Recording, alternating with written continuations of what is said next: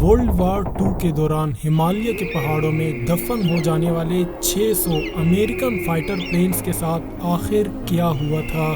یہ بات ہے انڈیا کی ریاست اروناچل پردیش میں موجود ایک میوزیم کی، جہاں پر دوسری عالمی جنگ میں گر کر تباہ ہو جانے والے فائٹر پلینز کے ملبے رکھے گئے ہیں۔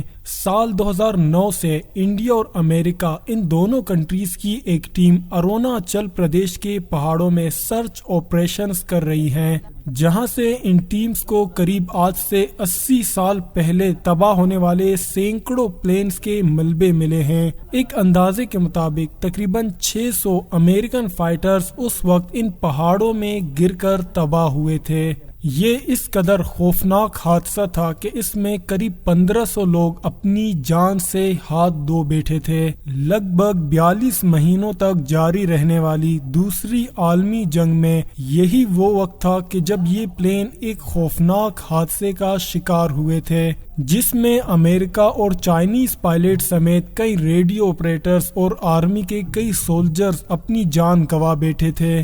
آسام اور بنگال یہ وہ دو رستے ہیں جہاں سے چائنیز آرمی کو سامان پہنچایا جاتا تھا۔ اس وقت ان پلینز کا رستہ ہمالیہ کے اونچے پہاڑوں سے گزرتا تھا۔ ورلڈ وار 2 میں ایک جانب جرمنی، اٹلی اور جاپان تھے اور دوسری جانب فرانس، برطانیہ، امریکہ، سوویت یونین اور چائنا تھی۔ لیکن پھر ایک وقت ایسا آیا کہ ان کے بیچ لگی جنگ اب انڈیا کے شمالی مشرق تک پہنچ چکی تھی۔ یہ وہ وقت تھا کہ جب جاپان کی آرمی انڈیا کے بارڈرز تک پہنچ چکی تھی، جس کے بعد ہمالیہ کے پہاڑوں سے گزرنے والے رستے اب ایک لائف لائن کی حیثیت لینے لگے۔ اس کی مین وجہ یہ تھی کہ اس وقت میانمار کا زمینی رستہ ان کے لیے بند تھا۔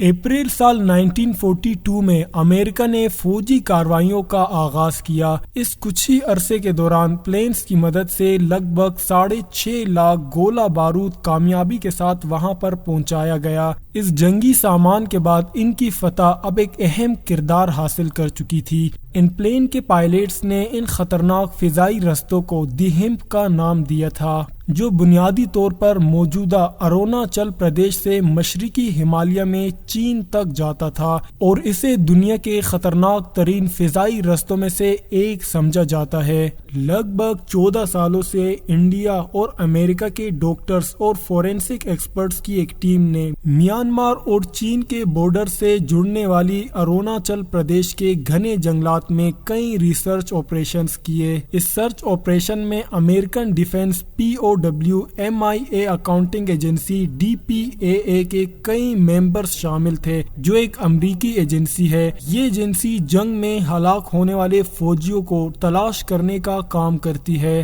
اور جب یہ ٹیم کئی مہینوں کی کوششوں کے بعد اس جگہ پر پہنچتی ہے تو وہاں پر ان کو 20 طیارے اور کئی لاپتہ ایئر مین کے ملبے دیکھنے کو ملتے ہیں۔ یہ ان کے لیے ایک ایسا چیلنجنگ کیمپین تھا جس میں 6 دن کا پیدل سفر اور 2 دن کا سفر براستہ سڑک تھا۔ لیکن اب جبکہ یہ لوگ جس جگہ پر حادثہ ہوا تھا وہاں پر پہنچ تو چکے تھے، لیکن اب بھی انہیں برفانی طوفان کا سامنا کرنا پڑ رہا تھا، جس کے بعد یہ ٹیم 3 ہفتوں تک پہاڑوں میں مسلسل پھنسی رہی۔ فورینسک ایکسپرٹ ولیم بیلچر کہتے ہیں کہ یہ علاقہ مشکلات سے بھرا پڑا ہے۔ آپ کو یہاں پر ہموار زمین سے لے کر برف پوش چوٹیوں تک سب کچھ دیکھنے کو ملے گا۔ اس سب کے بعد جو چیز آپ کے سفر کو مزید مشکل اور تکلیف دہ بناتی ہے وہ یہاں کا موسم ہے۔ ان کیمپینز میں حصہ لینے والے فورینسک ایکسپرٹ ولیم بیلچر نے یہ بھی کہا ہے کہ یہ کام صرف موسم سرما اور خزاں کے آخر سے پہلے ہی ہو سکتا ہے۔ اس سرچ آپریشن کے دوران آکسیجن ٹینک، مشین گنز، طیاروں کے ڈھانچے، انسانی کھوپڑیاں،